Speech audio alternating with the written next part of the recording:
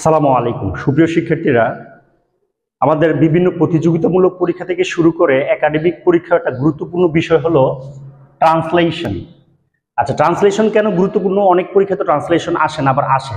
যেগুলো আসে সেগুলো তো গুরুত্বপূর্ণই, আর যেগুলোতে ট্রান্সলেশন আসে না কিন্তু ফ্রি হ্যান্ড রাইটিং করতে আমাদের তো একটা বাংলা ভেবে সেটা ইংলিশ করতে হয়। তা আমরা যদি ট্রান্সলেশনে দক্ষ হই তখন আমাদের ফ্রি হ্যান্ড রাইটিংটাও কি হয়, সুন্দর হয়, যে কোনো টপিক নিয়ে আমরা লিখতে পারি। তো আজকে একটা ট্রান্সলেশন সলভ করার আমরা চেষ্টা করব। তো এখানে লেখা আছে শিক্ষা উন্নতির চাবিকাঠি। তো আমাদের বাক্য গঠন করতে হলে প্রথমে একটা সাবজেক্ট আনতে হবে, দেন ভার্ব, তারপর অতিরিক্ত অংশ। অতিরিক্ত অংশ অনেক সময় পিছনেও থাকতে পারে, শুরুতেও থাকতে পারে, কিন্তু সাবজেক্ট ভার্ব তো থাকাটা জরুরি। তো এখানে সাবজেক্ট হলো কি? শিক্ষা। তাহলে আমরা হলো এডুকেশন। চাবিকাঠি, আমরা চাবিকাঠি ইংলিশ জানি কি, আর কি এর পরে টু বসে। আর উন্নতি ইংলিশ কি? প্রসপারিটি। তো এখন আমাদের শিক্ষা উন্নতির চাবিকাঠি, তাহলে আমাদের একটা হয় বাংলা উজ্জ্ব আছে। তো শিক্ষা হলো উন্নতির চাবিকাঠি। আর আমরা জানি হ্যাঁ, একটা নাউন, তারপর মাঝখানে যদি একটা প্রেপোজিশন আসে, আবার একটা নাউন। তো নাউন, প্রেপোজিশন, নাউনের পূর্বে আর্টিকেল দা বসে। তো এডুকেশন ইজ দ্য কি টু প্রসপারিটি। তো প্রথম লাইনের অনুবাদ হয়ে গেল। তারপরে শিক্ষা দীক্ষায় যে দেশ যত উন্নত সে দেশ সব দিক থেকে তত সমৃদ্ধিশালী। শিক্ষা দীক্ষা ইংলিশটা আমাদের আগে দরকার। শিক্ষা দীক্ষা ইংলিশ হলো এডুকেশন অ্যান্ড কালচার।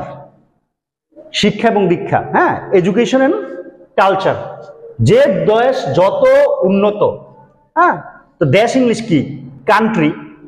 আর উন্নত ইংলিশ কি? যত উন্নত। এখানে বলছে যত উন্নত, the more advanced. The more advanced, the more advanced a country in education and culture. এটার বাংলাটা হলো শিক্ষা দীক্ষা যে দেশ যত উন্নত সে দেশ সব দিক থেকে তত সমৃদ্ধিশালী। এখন সমৃদ্ধিশালী ইংলিশ কি?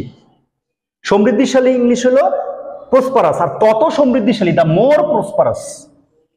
আর সাবজেক্ট ভার্ব দরকার একটা, the more prosperous it is, মানে ওই দেশটাই সব দিক থেকে।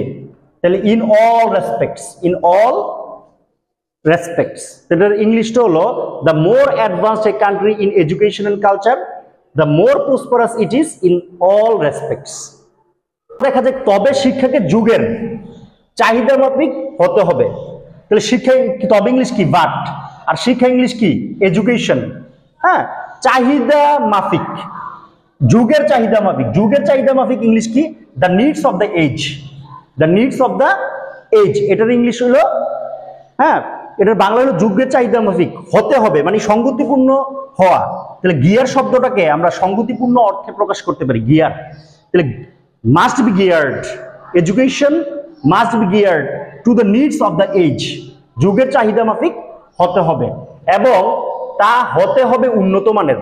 এবং তাহলে এন্ড তা হতে হবে উন্নত মানের। তাহলে it must be of high standard, এবং তা হতে হবে উন্নত মান। আচ্ছা, দুর্ভাগ্যবশত এটার ইংলিশ কি? আনফরচুনেটলি। দুর্ভাগ্যবশত আমাদের শিক্ষা যুগ উপযোগী নয়। তাহলে the standard of our education, আমাদের শিক্ষাটা is not updated. The standard of our education is not updated. এটা যুগ উপযোগী নয় এবং উন্নত মানেরও নয়। এন্ড উন্নত মান ইংলিশ কি? হ্যাঁ, উন্নত মানেরও নয় বলছে। তাহলে নয় বলতে বিলো দ্য মার্ক, মানে নিম্নমানের, below the mark. And below the mark ও অর্থ হিসাবে আমরা কি আনবো? As well. অ্যাজ ওয়েলের বাংলা হইলো ও। এবং উন্নত মানেরও নয়। আমাদের শিক্ষার মান উন্নয়ন করতে না পারলে, এখানে একটা কথা, উন্নয়ন করতে না পারলে অন্যান্য দেশের সাথে তাল মিলিয়ে চলতে পারবো না। তাহলে না পারলে মানে ইফ, যদি আমরা না পারি, উই ফেইল, ব্যর্থ হই। To improve the standard of our education, শিক্ষার মান যদি উন্নয়ন করতে না পারি আমরা কি হব? অন্যান্য দেশের সাথে তাল মিলিয়ে চলতে পারবো না, আমরা ব্যর্থ হব। We will fail. কি করতে ব্যর্থ হবে? টু কিপ পেস, তাল মিলিয়ে চলতে ব্যর্থ। কিপ পেস, পেস মানে গতি, গতি মিলাতে পারবো না উইথ অন্যান্য দেশ। ইংলিশ কি? The other countries. অন্যান্য দেশের সাথে আমরা তাল মিলাতে পারবো না, ব্যর্থ হব। তো অনুবাদে সবসময় যে শব্দের সাথে মিল রেখেই ইংরেজি আনতে হবে এরকমটা না। এটার সাথে সঙ্গতিপূর্ণভাবে ইংলিশ করতে পারলেই হবে। এই ছিল আজকের ট্রান্সলেশন। সবার জন্য শুভকামনা। Thanks for watching.